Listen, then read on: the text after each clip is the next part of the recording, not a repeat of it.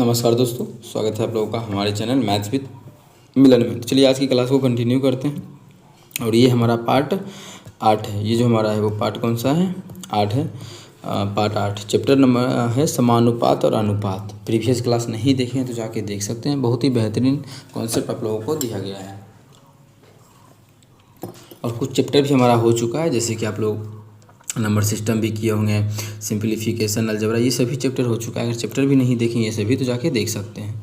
तो आज की क्लास को हम लोग कंटिन्यू करेंगे। चलिए हम लोग कर लेते हैं मार्कर को चेंज, बोलो हम। चलिए तो ये सभी क्वेश्चन देखिए एनटीपीसी में पूछा गया है, तो यहाँ पे आप लोग शो हो रहा होगा, आप लोग देख सकते हैं।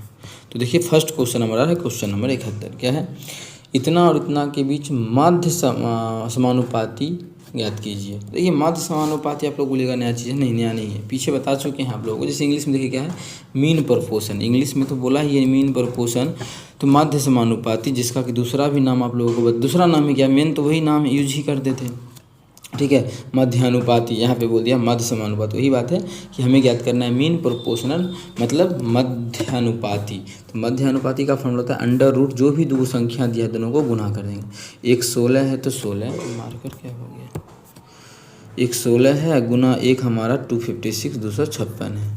ऐसे ही गुना करेंगे, वर्गमूल निकालेंगे तो 16 का 4 हो जाएगा और 256 का 16 हो जाएगा। तो ये हमारा हो जाएगा 16 चौके 64। क्वेश्चन में यही पूछा है कि मध्य समानुपाती क्या होगा, तो 64 हो जाएगा, जो कि ऑप्शन नंबर ए में है। तो ऑप्शन ए इस क्वेश्चन का बिल्कुल करेक्ट आंसर हो जाएगा। अगला क्वेश्चन, क्वेश्चन नंबर 2 है।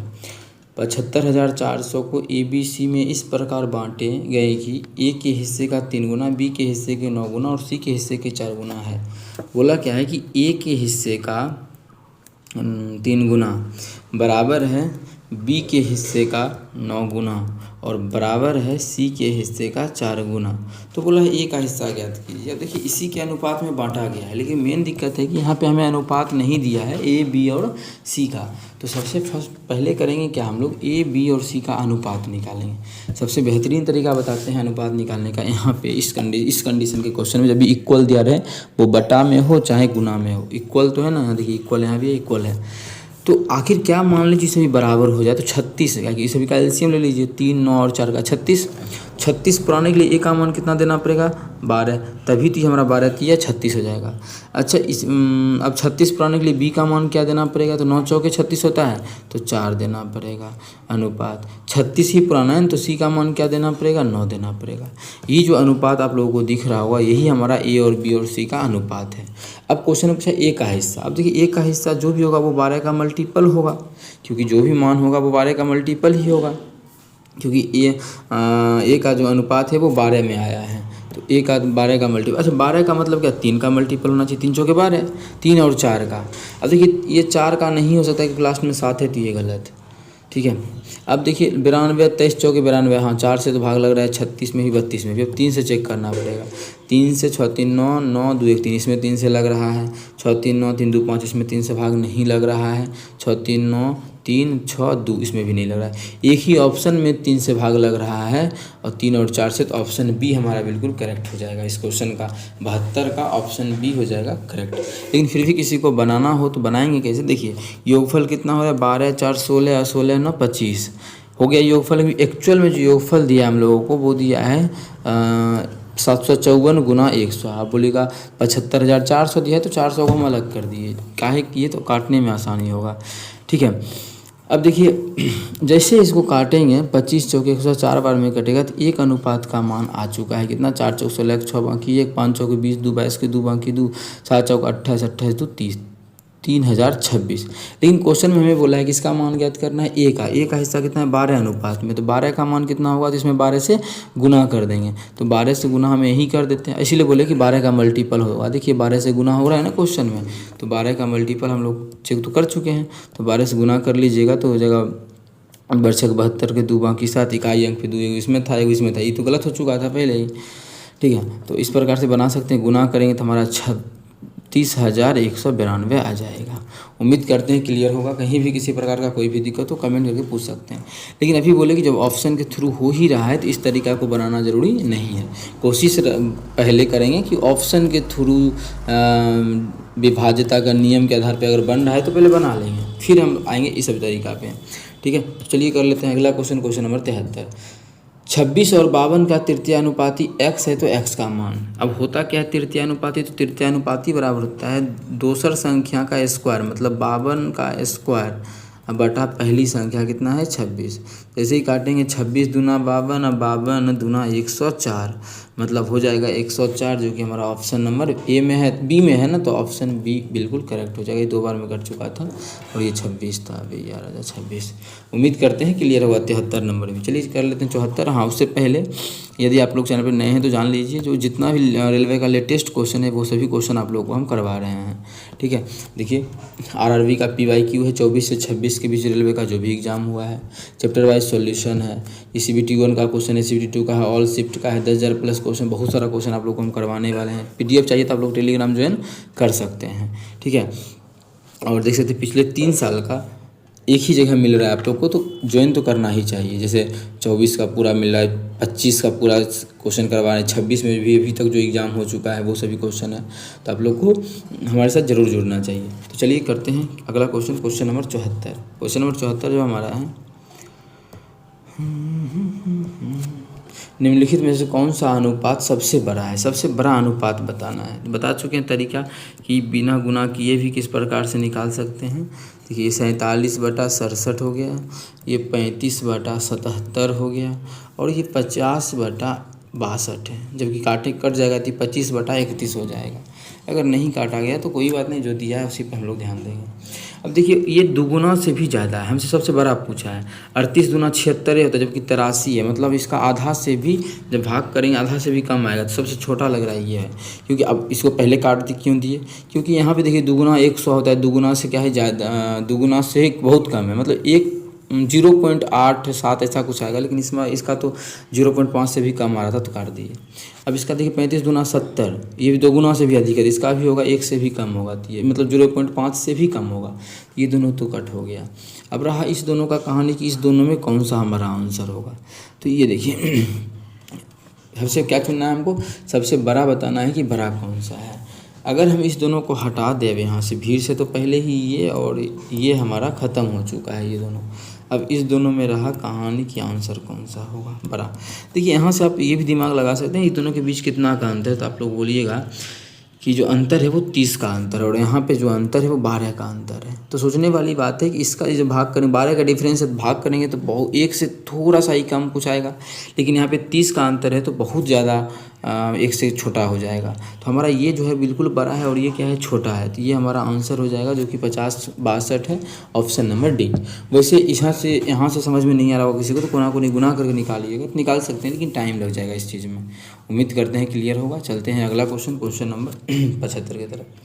75 है 25 और 36 के मध्य समानुपात ज्ञात कीजिए। वही मध्य समानुपाती मतलब मध्य अनुपाती क्या होता है, अंडर रूट है पहली संख्या गुना दूसरी संख्या। एगो 25 है एगो 36 है, तो 25 का वर्गमूल 5, 36 का 6, जब इसका गुना करेंगे तो 6 5 30 आ जाएगा।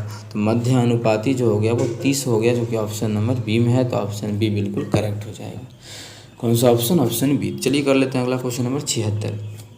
क्वेश्चन नंबर 76 है 2 कर्मचारी के वेतन का अनुपात 3:4 है। इनकम का जो उसका अनुपात है वो 3:4 है। यदि पहले कर्मचारी के वेतन का 10% वृद्धि की जाती है और दूसरे कर्मचारी के वेतन में 20% की वृद्धि की जाती है, तो उनका नया अनुपात क्या होगा। अब देखिए वृद्धि करेंगे तब जब ऐसा क्वेश्चन आ जाए, थोड़ा सा डिस्टेंस बना के फटाफट किस तरह से बनाएंगे। देखिए बोला क्या है कि पहला का 10% वृद्धि कर रहे हैं, तो कितना हो जाएगा अब 110/100, और दूसरा का कितना वृद्धि कर रहे हैं 20%, 120/100। ये 100 लिखने का कोई ज़रूरी था नहीं, क्योंकि 100 से 100 कटेगा, अनुपात ही निकाल रहे हैं। और 3 से काटेंगे, देखिए 3 चौके 12, 4 और 0, और 0 से तो 0 ये ख़त्म हो जाएगा, तो हो गया 11:4 चौके 16। 11:16 उसका नया वेतन का अनुपात होगा, जो कि ऑप्शन नंबर सी में है। तो ऑप्शन सी हमारा इस क्वेश्चन का बिल्कुल करेक्ट आंसर हो जाएगा। कौन सा ऑप्शन, ऑप्शन सी। उम्मीद करते हैं समझ में आ गया होगा। कहीं भी किसी प्रकार का दिक्कत हो कमेंट करके पूछ सकते हैं। चलिए क्वेश्चन नंबर 77 कर लेते हैं। क्या है, यदि x/3 - 1 के व्युत्क्रमानुपाती, ऐसा क्वेश्चन आप लोगों को करवा चुके हैं, ये NTPC के CBT 2 में पूछा गया, यहाँ पे आप लोग देख सकते हैं। क्वेश्चन बोला है x जो है x व्युत्क्रमानुपाती x व्युत्क्रमानुपाती मतलब 1 बोलेंगे बाई क्यूब माइनस एक्स। अब किसी विद्यार्थी को लग रहा होगा कि बाई क्यूब माइनस एक है, बाई क्यूब माइनस एक, कि बाई क्यूब माइनस एक भी तो व्युत्क्रमानुपाती 1/x कर सकते हैं, दोनों एक ही चीज़ है, आप कर सकते हैं। कोना कोनी जब गुना करेंगे तो बराबर में यहाँ भी कांस्टेंट बचेगा, दोनों गुना करके यहाँ भी वही बचेगा।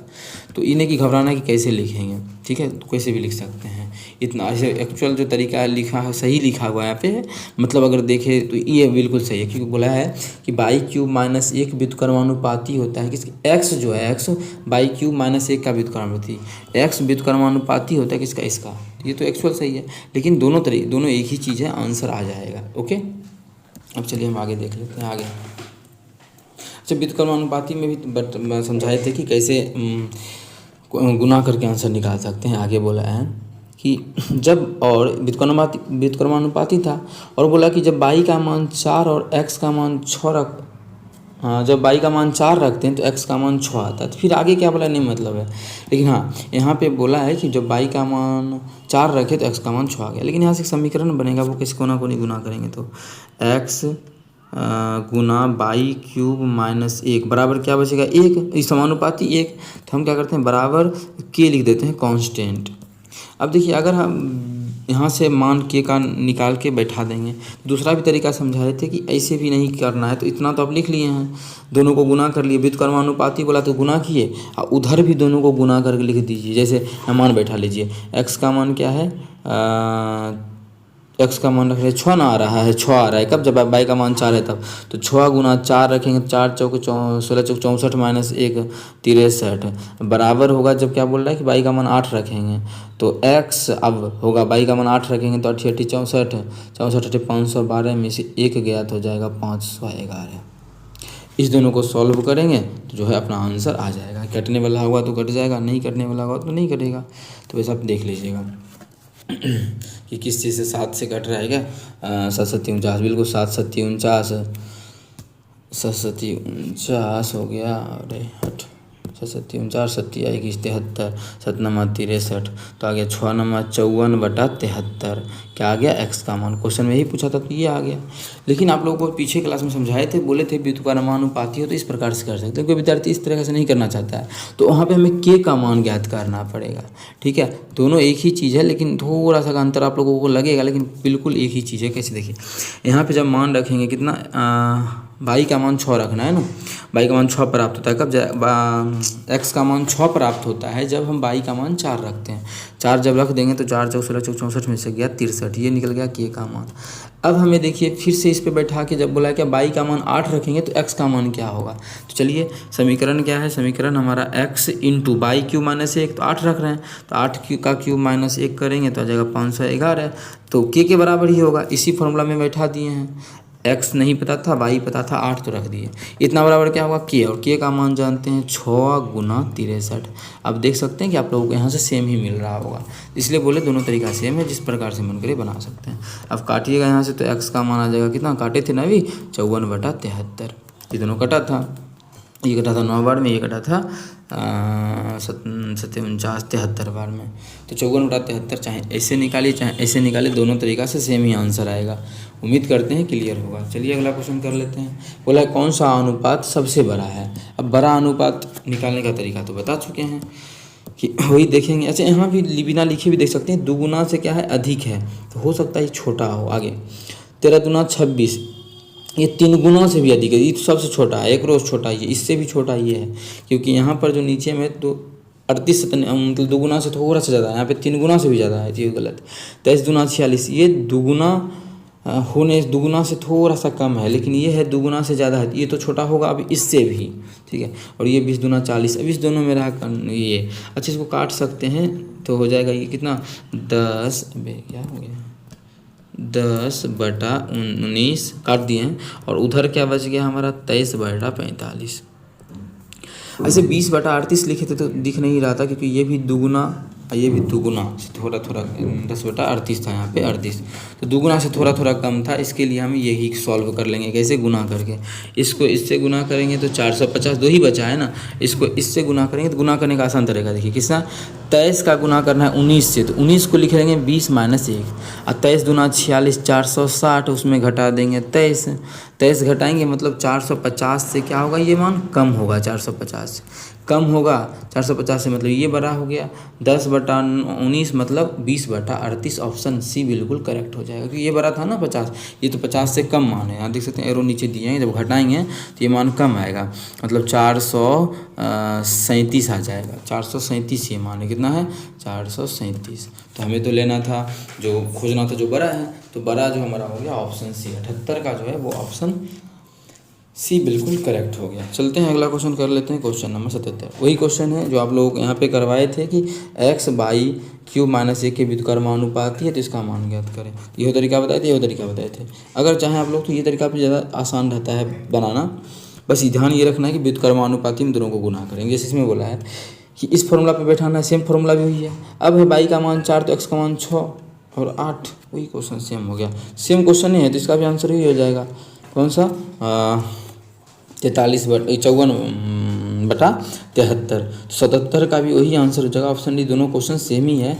ये पूछा गया है मतलब मेंस में 13, 10, 25 में, और इसका बात करें तो ये 13, 10, 25 के शिफ्ट फर्स्ट में, और ये शिफ्ट फर्स्ट में, दोनों सेम ही क्वेश्चन, नंबर भी सेम है। अरे उसी क्वेश्चन को तो ले आए, सॉरी, चलो ये क्वेश्चन। अब यहाँ 79, x y के व्युत्क्रमानुपाती है, तो बोला है कि x व्युत्क्रमानुपाती है y के मतलब 1/y, दोनों को गुना करके लिख देंगे।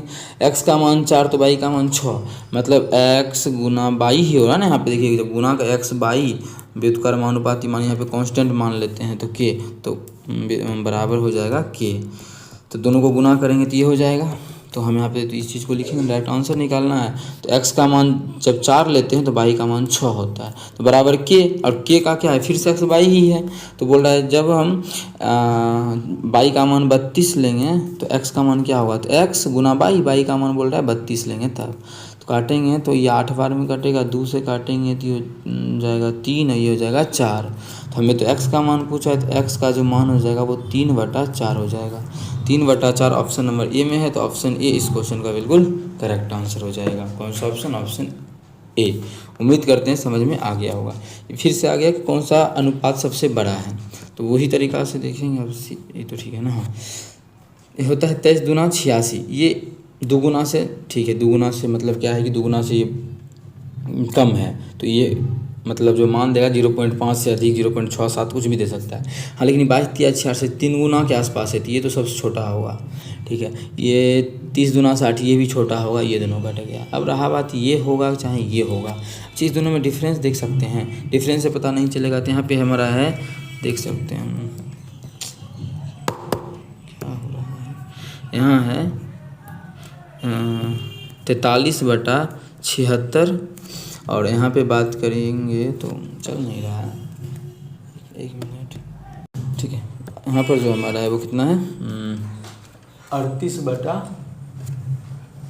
यहाँ पर जो है वो 38/51 है, ठीक है। अब देखिए यहाँ का डिफरेंस अगर देखें तो 4, 3, 34 का है, और यहाँ पे देखें तो 34 का कैसे है, अरे यार 6 में 3 गया 3, ये 4, 3, 33 का है। यहाँ पे डिफरेंस 33 का है, और यहाँ पे डिफरेंस देखें तो हम बात करें तो कितना हो जाएगा, 11 का, ये ना, नहीं 11 का नहीं, 13 का है ना, 13 का है। अब खुद बताइए कि कौन सा इस दोनों में बड़ा होगा। जब नीचे में कम्मे का डिफरेंस है, भाग करेंगे तो 0.8 आ सकता है, लेकिन यहाँ पे बहुत का अंतर है, तो ये तो बहुत छोटा हो जाएगा। तो हमें तो बड़ा बताना था, तो बड़ा हो जाएगा 38/51, जो कि हम 38/51, हाँ, जो कि हमारा ऑप्शन नंबर बी में है। तो ऑप्शन बी 80 का बिल्कुल करेक्ट हो जाएगा। कौन सा ऑप्शन, ऑप्शन बी।